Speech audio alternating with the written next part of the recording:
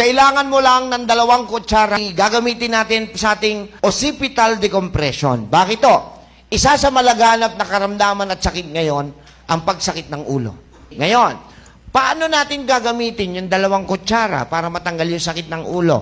Ilalagay nyo lang po ang 2 kutsara sa freezer for 15 minutes. Pag malamig na po siya, magagamit nyo po pag sinusumpong kayo ng headache. Ang headache galing dito, sa back of your skull, ibabaw, at sa likod ng ating mata. Dito yun, yung usual na, ang sakit ng sentido ko yung temple. Yeah. Di ba? So that's headache. So 2 kutsarang malamig na malamig galing sa freezer, ilabas. Dahil malamig na siya, ilalagay ngayon natin siya.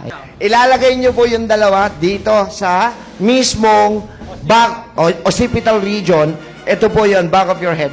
Dahil malamig po siya, magtatanggal po siya ng inflammation process. Okay? So tandaan nyo, ang anti-infla dapat malamig. Malamig, i-circular motion mong ganyan.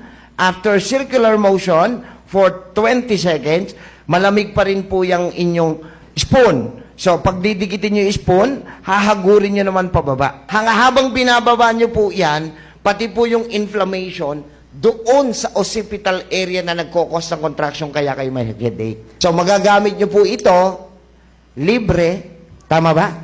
Walang bayad, wala kayong iniinom na kahit anong gamot, kahit mag-isa ka lang sa inyong tahanan. Ito kung walang freezer.